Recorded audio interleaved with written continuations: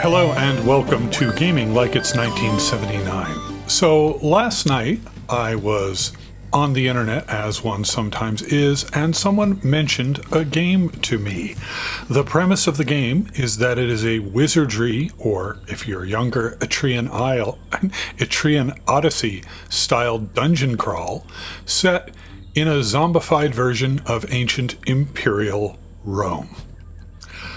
So, what can we conclude from this? What we can conclude is that the author of the game, Federico Finelli and 68K Studios, did a very deep marketing study where they were asking the question, what type of game, what premise for a game would appeal to Peter B. from Tea Leaves Programming? Personally, him alone. He's the one person we're making the game for. So, of course, I have no self-control. I ran out virtually and bought the game. It's on Steam right now for a little over $15 US if you're in the US. And it is an early access game, I do feel obligated to mention. So if you are philosophically against early access games, you might want to wait until this one is finalized. But I'm not a patient man, and I wanted to mess with ancient Roman zombies in a dungeon with magic and swords and sorcery. So here we are. So I'm going to do something here. It's not quite a Let's Play. I don't think it's right to treat something as a Let's Play when the game isn't finished, but I'm going to show you it. I started it last night. I created 4 characters, and I did 1 dungeon. And I was pretty pleased with what I saw. So let's go and start the game. You can see that I have a save slot already done. Let's go through and create 1 more character, and then I'll take my existing party in through the dungeon. Now, I have not unlocked many of the options in the game yet, so we'll see how that goes as we play the game. Let me move my avatar here out of the way, so you could see some of what's going on. So you begin the game by hiring gladiators. There's an entire way to do this. You can roll and go random. You can re-roll just one of these one time. Wow, that's a pretty good roll, looks to me. So I'm going to go with this. Or you could do a point-buy system. I haven't tried the point-buy yet. Let's see, this is the first really high wisdom character I've had. So I'm going to proceed. And there's a huge number of classes here. And frankly, I have not yet absorbed what all of these mean. I've gone with a fairly boring party. I have a Murmillo, who is a kind of heavy fighter, a Samnus, typical battlefield warrior, seemed to make sense. I went with a light fighter of some sort. I think a Sagittarius is what I went with. And then I chose, I don't know why these are different colors. These seem to be all of the magician-ish thief classes. They're also drawing a elemental mage, wisdom, all-around spellcaster that can master the basics of any cult. And then over here you can see there's this, what this is showing you is what's the maximum level that this given skill can be in. So when they say this one can master the basics of any cult, they mean it can get it up to this tier, but they can't really go deep on them. So let's see, we've got an elemental mage. That might be a good one to do. This is uses the power of Mars to weaken enemies. Debuffer. I think this is the one that I actually did end up building, and he's not a very good mage so far. I don't even think he has any spells. A support mage. So this is a buffer. And this one is a healer. Okay, so we've got a healer, a buffer, an elemental mage, and where was the debuffer? That was this one. Well, from a purely, do any of these guys have exploration skills? The support magician does. All right, let's take this support magician because that's very different from everything I've done so far. We proceed. We can make random names. I love it. Ooh, I lost a spurious. What's a good name for a mage?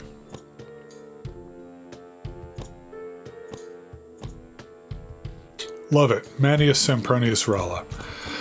I think at this point the only characters are male, which, I don't know, I think that's a little bit of a misstep. On the one hand, it's certainly true that in ancient Rome, all of the civic roles and the public roles would have been male roles. On the other hand, your game has zombies in it, so you can change the rules of reality to suit. Let's choose this guy. All right, then you've got various backgrounds you can choose. There are negative traits, short-sighted, drops your perception. This one gives you a chance to start your combat scared. And then there are positive skills. And if you want a positive skill, you need to take a negative skill. So I like the idea of, yeah, let's say he's an older person. So he's going to have less initiative than the other characters. And what would be a good buff for a debuffer?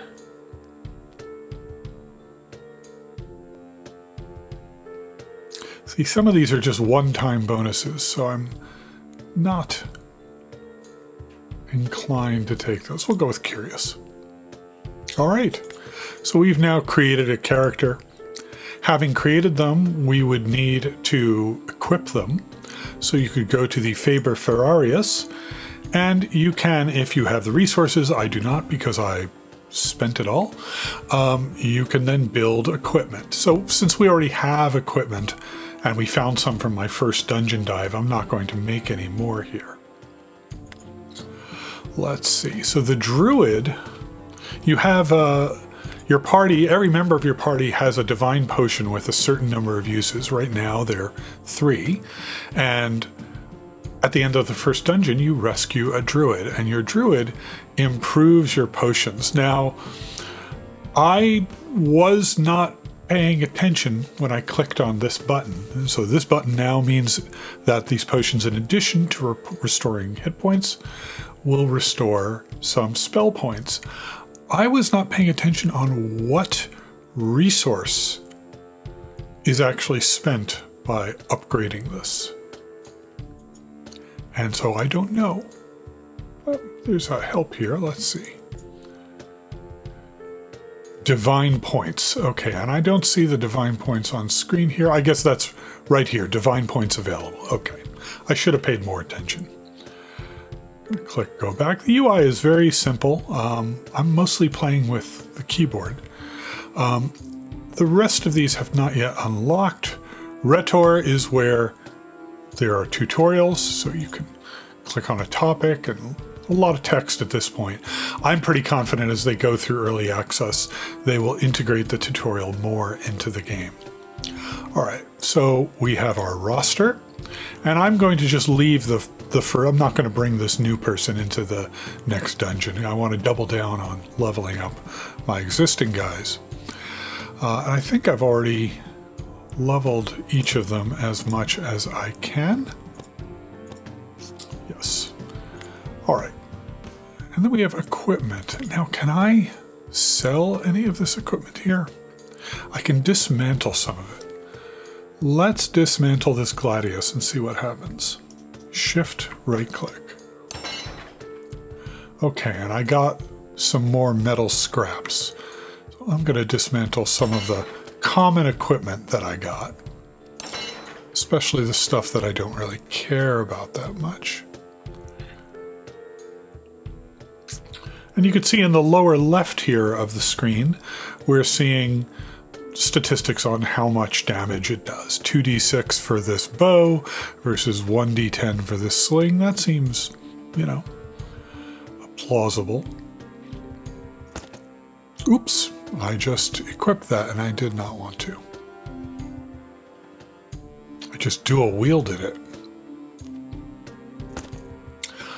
I don't know what the consequence of dual wielding is. Well, let's try it and find out. You know what? This dude is a heavy user, a heavy weapon user. So instead of dual wielding, I am going to just have him single wield this white light weapon, which normally I wouldn't, but this has a bonus to attack, and he's been missing a bit, so I'd rather have him doing that. All right, I think we've played around enough. Let's just dive into a dungeon, shall we? All right, so this was the first dungeon we did, the Catacomb of Calepodius, dungeon level 1. This is the next one, Cemeterium ad Ursum Piliadum. I did not take Latin in school, so I apologize right now for any and all mispronunciations. There will be many. So this is dungeon level 3, and my party is only dungeon level 2. Can we go back into the first dungeon? We can. Okay, so when I did this first dungeon, let's just go in. So you could see we can purchase food rations, torches, lockpicks, bottles of wine, and Eyes of Argo. I'm going to buy an Eye of Argo to see invisible walls. That sounds great. I'm going to buy 2 of them. We could also hire a mercenary for a fee of whatever we recover to try and help us out. I'm not going to do that. And let's start. Okay, so you could see in the upper left here is our mini map. We could hit M to get a map. And you can see we've already mapped much of this dungeon. That's because I went in and did the mission. I went in, the mission was go in and kill this undead zombie leader of some sort. But there's also areas of the dungeon we haven't explored yet. So since my team is only level 2, I want to grind a little bit. In Wizardry games, that's usually a good idea. So we are going to use, I believe, A will sidestep, D will sidestep the other way, Q and E rotate us left and right, W will move forward, S moves back. You can see we get some hints here. Oh, can I change? Sadly, I can't reach the settings menu. There is an option in the game to make the text all larger, and I should have done that before the stream. I didn't. Sorry. All right, so where are we going? I think I went right last time, so this time let's go this way. And let's keep our eyes open for traps. In the first dungeon, I took much more damage, and in fact lost a character, to traps than I did from monsters. So, okay, these are boxes. You cannot move onto them, but you can click on them, and we'll get something. We got a weapon. That's a long-range weapon, and that's a short-range weapon. I'm kind of regretting spending so much money on weaponry my first go-through because it's fairly thick on the ground in the game. So now we're going to go through the rest of our... Okay. So this is a mechanism. This is our first kind of Eye of the Beholder thing. A gate opened, and then we step off. I think when we stepped off that thing, the gate closed. So you might hear the excellent kind of heavy metal riff in the background here. Each of our characters has a chance to act. Every activity, the game is completely turn-based. This is not Legend of Grimrock. This is not Dungeon Master. This is more like Etrian Odyssey or Wizardry, or maybe Persona in that case. Rather than giving orders to your entire team, it's each character has a chance to act. You say what that character is going to do, and then they do it. So This is my first time that I've had enough skills to use this special ability. I don't think I want to waste it on this guy. So you can see we have a number of action points here. This character has 6. I think action points are a combination of your stats and how burdened you are. We can defend, we can take a divine potion, we can move, we can run away, or we can end our turn, or we can swing our sword. Since swinging a sword takes 3 AP for this particular sword, I can swing twice. We'll do that. We hit, and we hit. When we're done with our turn, we click the end turn button. And now it is this character's in the back. This was my gentleman who died. He's going to shoot his bow at the same character. We got one. Excellent. This is my kind of mage-like character. He has a magic missile spell that's pretty strong. But for right now, I want to save those points for when we encounter someone really tough. And lastly, my heavy hitter here. He's only going to get 1 swing because he has not that many action points, and his weapon is a heavy weapon. But it does a lot of damage. So you can see here, my light character got to go twice. Up here is what looks like an initiative bar. And so that's going to play a big role in determining what you want to do. Great, and that's our first combat. We get some experience points. You do not level up in the dungeon. Like Etrian Odyssey, you take your experience out of the dungeon if you survive, as a penalty if you die, and then you level up back at the base. Okay, we got some metal scrap here. Have I been in this room before? No, I haven't. This is water. I don't think there's any particular bonus for exploring other than being able to see. I'm going to use one of these Eyes of Argo. Let's see. Middle mouse button brings up this nifty radial menu. And look at that. Scout's honor, I did not know that that was a secret wall, but that's sure, we lucked out. Can I just move through it? Nice. And we found a secret. Great. Ooh, a fine club. It's good. I brings up our inventory. Club is a light weapon. 1d8 plus 1. It's not that great. This guy is still using a common weapon, but I think I want him to use that heavier weapon. So I'm going to leave him as is. And is this light club better than the other one? No, I still think that stiletto is better. Escape to get out of here.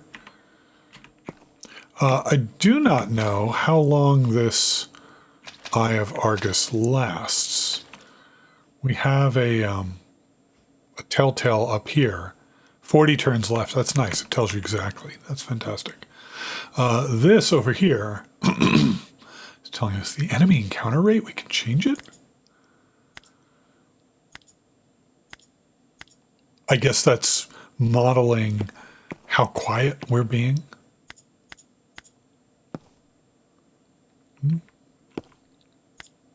I'll leave it on normal.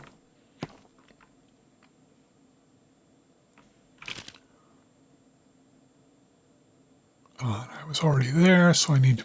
Okay, so the other direction is really the only place to go. But this sure does look suspicious, doesn't it? Nope. I was hoping there was another dead end, or rather a secret room. All right, we got a fight. We've got a Legionarius and a Retiarius. The Retiarius is a lighter warrior, so I like to take them out first, just because usually they go down a little easier.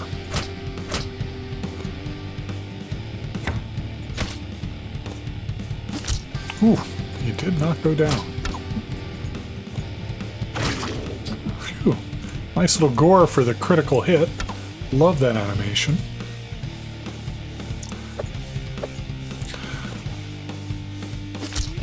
So when you're playing a game like this, it's really easy to draw conclusions about how much you're going to like the game from the art style, from how it looks. And in my experience, that's always, I don't want to say risky, it's not a huge risk, but very often art can change when a game gets closer to shipping.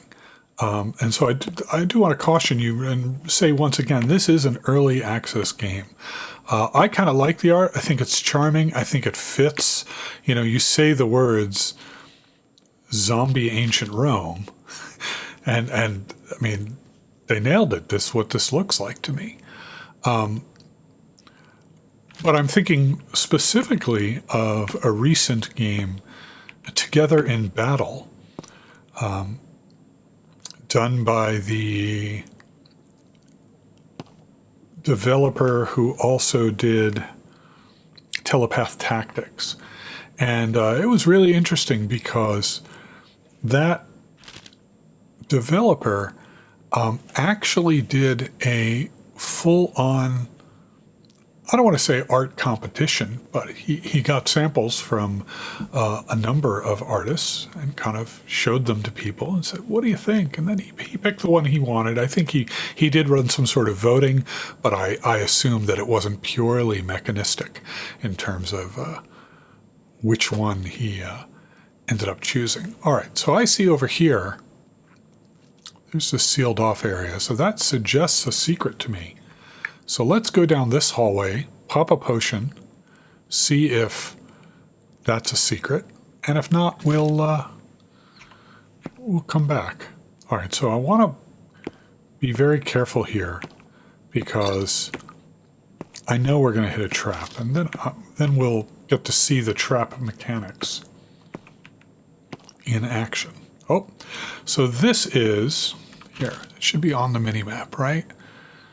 Enemy. Right, that's a skull. So this is actually going to be a kind of, I don't know if it's fully scripted, but it's a predetermined encounter.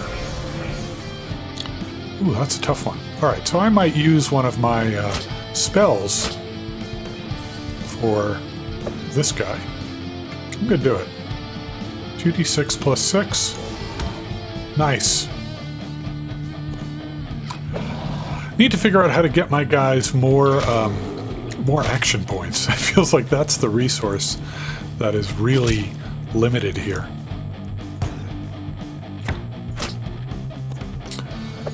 So in the early game, my biggest, I don't want to say criticism, I have two thoughts about the game. One of which I'm not at all worried about. The other remains to be seen. The one that I'm not at all worried about is that, he took a hit, so he took 5 points of damage. The one I'm not at all worried about is what there is to do, right? In this early going of the game, really, the only useful things my guys can do is hit or maybe defend. I have a couple skills, but I have so few spell points that using them is foolish.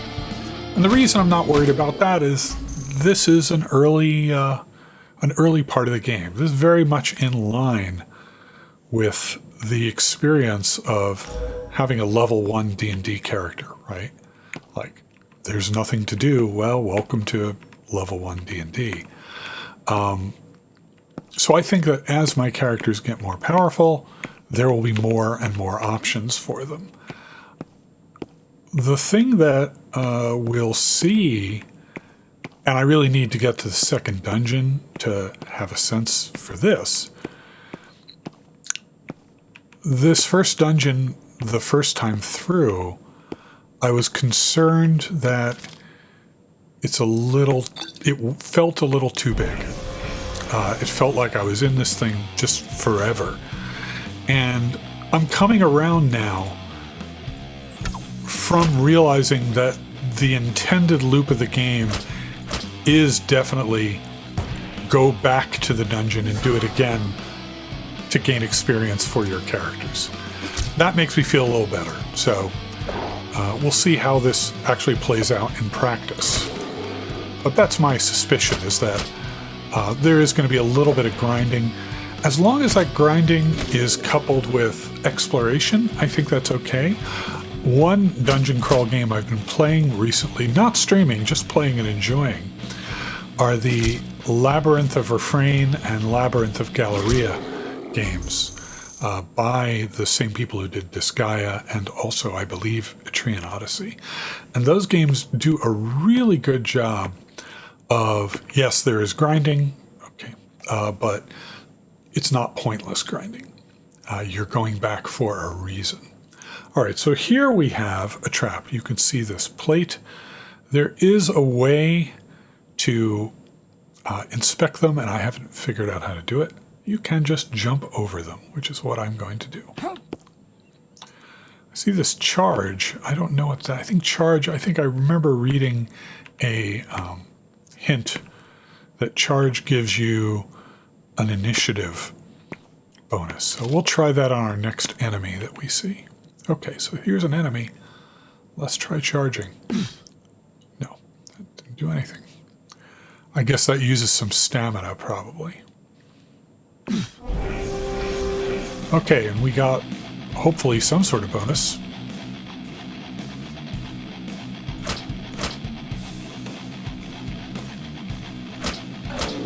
Nice! Take care of that guy first.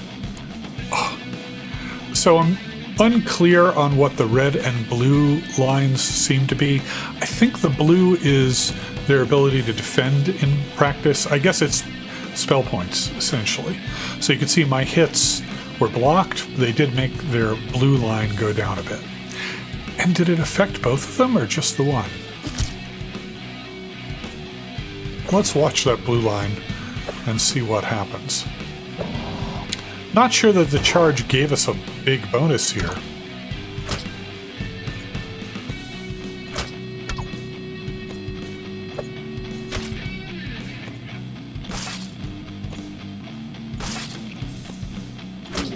Good. I'm not yet injured enough that I feel the need to drink a potion. As I said, in the first round, it was traps were really my big problem. Oh, I just wasted a turn. Actually, I bet that he preserves... I'm going to intentionally skip this guy's turn. Nope, I was hoping that he would have preserved an action point from doing that. I can't tell if he did or not. All right, where are we in the maze? We are here.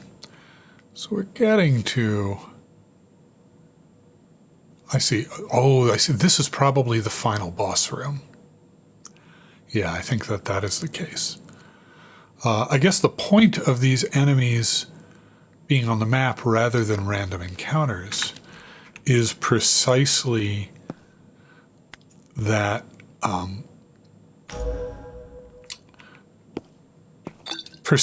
you can avoid them on subsequent run-throughs of the dungeon if you don't want to fight them. So, for example, if you don't want to fight the boss again. All right, I have not been down here. So this is new territory.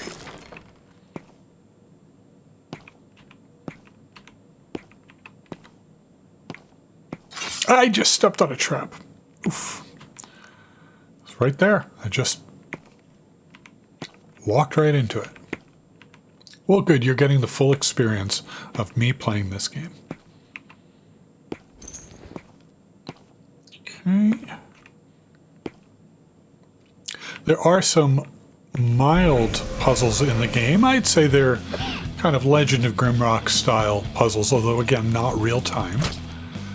You know, turn this thing that way to make it open a door. Step on this square.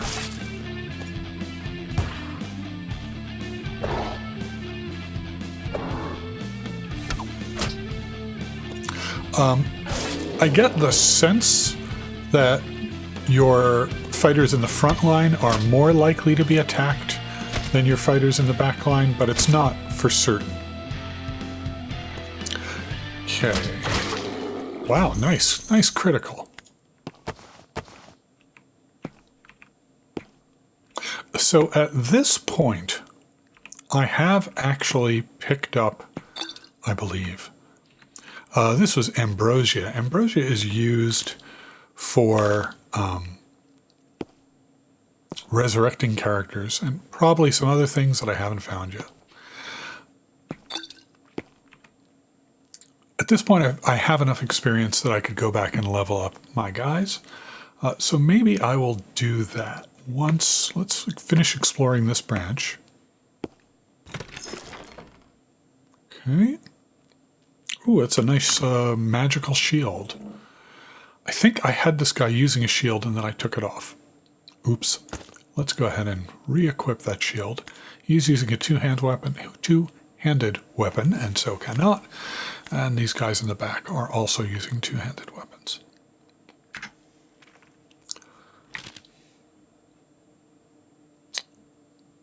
All right, what I'm going to do here is I'm going to explore... You know what? I'm not, because my intent here was to show you the game, not to do a full 3-4 hour playthrough. So I'm going to take these guys back to the base and hopefully level them up a bit, and then you will have seen that experience. Let's go ahead and have my frontliner use one of his potions. Not that I think we're likely to get killed here, but better safe than sorry. And you can see the dungeon has different architectural features. Some of them are meaningful, some of them are not. Here's our trap. You do have to jump over the traps when they're sprung to avoid getting injured. Also when they're not sprung, if you're not a dope like me. All right, good. I don't mind having a little more. Now that I know I'm on my way out, I'm going to start using some of my skills.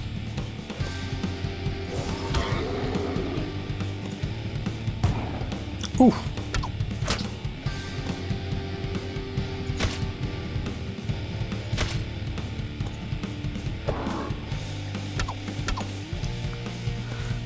Now, I do have a problem here, which is how to get out. So this was unclear to me in the last playthrough. I went into the dungeon, I killed the enemy boss, and the game said, "Congratulations, you can leave now." I walked all the way back to the entrance of the dungeon and could not figure out how to leave. And at that point, and only at that point, did I notice that there was a little button that said, "Leave the dungeon." So I'm not sure. Found an Eye of Argo. That's nice. I'm actually not sure how to leave. Save and exit. Change settings. Go back to the Ludus. You will lose 75% of the XP. Well, I don't want to lose that. Change enemy encounter rate. Open inventory.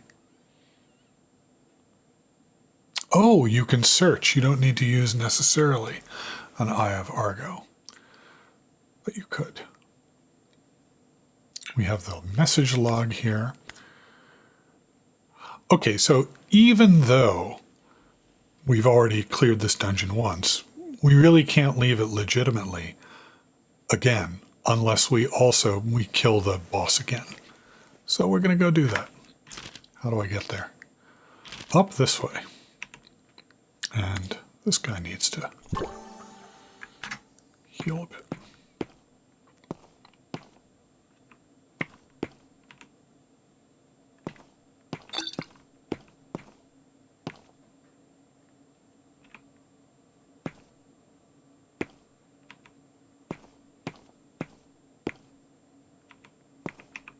As long as this is on our way. This is the lockpick mechanism. Nice little minigame. Nothing earth-shattering, but it works. Ooh, we got a magic sword. Let's take a look at that. 1d8 plus 1d4 and a plus 3 attack bonus. I think I'm going to have my... I like that. Well, 2d6 versus 1d8 plus 1d4. I like the idea of using a magic weapon, so I'm going to use it.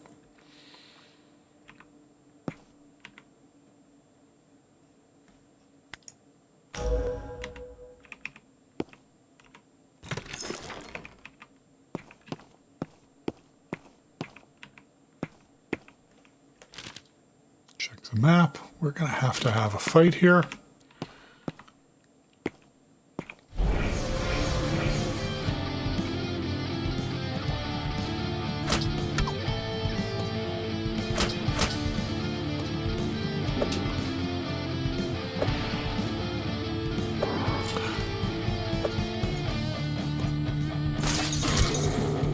One of the, I don't want to say issues, because again, I think that's implying that it's a problem.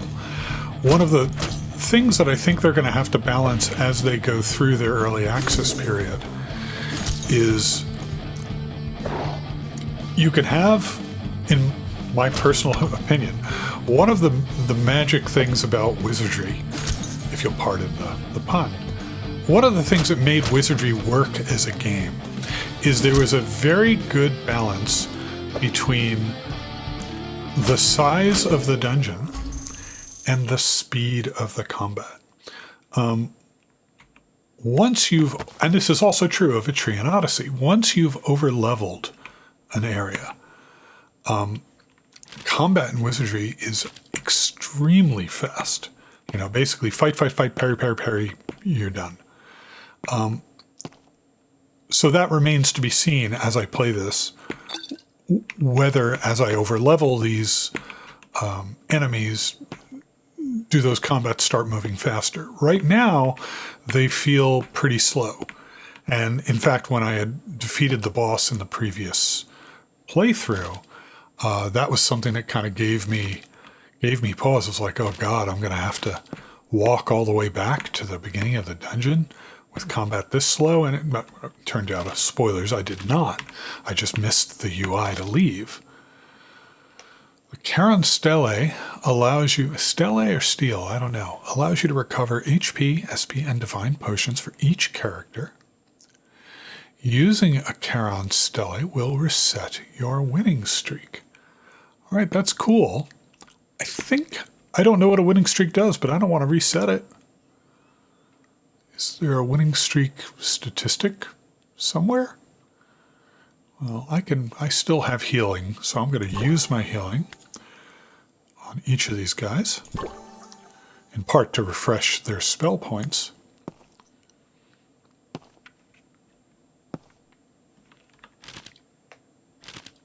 And I'm not going to use the Charon Stele, because I want to know what this winning streak does. I think it tells you your winning streak when you win a battle, so let's keep our eyes open here.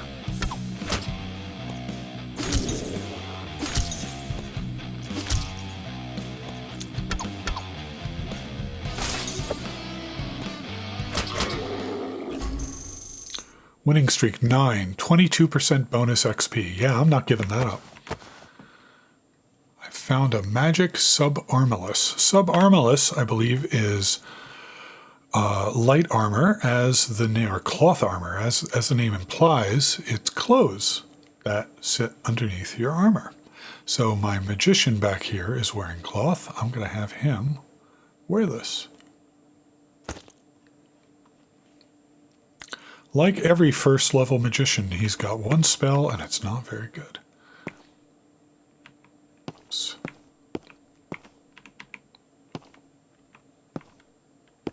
I was wondering if the textures here actually were objects that had multiple sides, and they are, and they do. And it's nice that they give you that save point type thing, Stele of Charon, right before the boss. Right? The boss is right over here. So we're going to fight the boss. We're going to look for secret doors. It's the boss of this dungeon. And I'm going to use my stamina. I'm going to use my charge. Actually, I could just do it. All right. We're going all out here. Every skill I've got, I'm using it. 3d3 plus 4. I don't know if those can miss, these special abilities. So far they haven't missed. I'm going to keep an eye on that specifically. Armor Breaker. 4 action points. 1d12. No weapon damage here. So 1d12 and 3d6. And that'll give me my weapon damage and the extra effect. But it's just... that was not a lot of damage. That was not a good trade, I feel.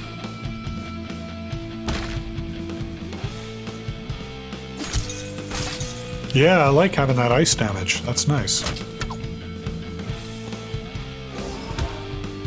23, nice hit. Okay, maybe his one spell isn't that useless.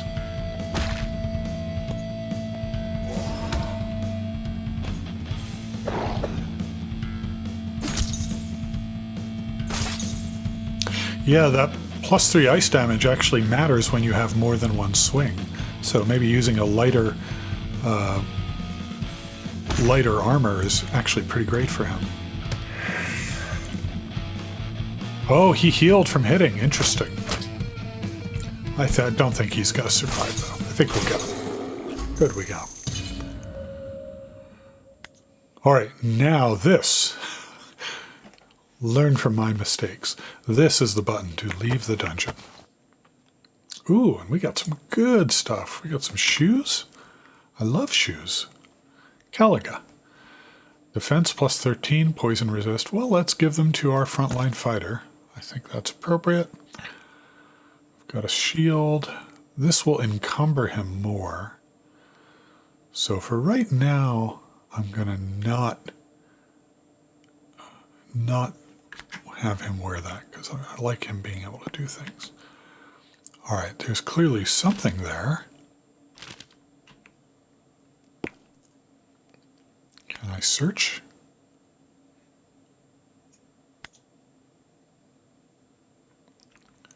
Yeah, there must be some...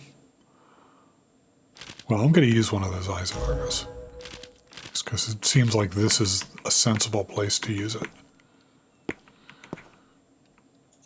No?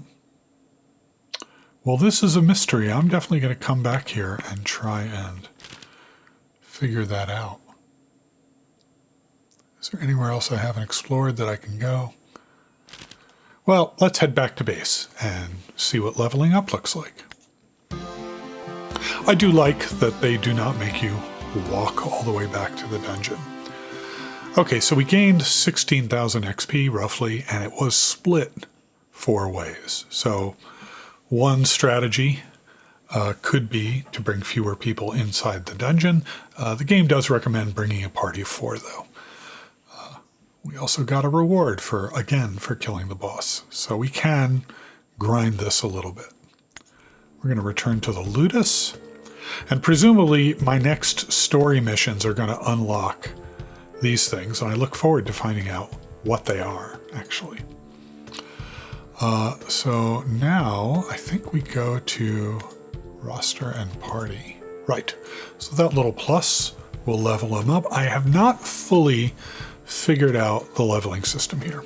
So you could see that there are masteries, right? And you can individually master these things up, increase these things.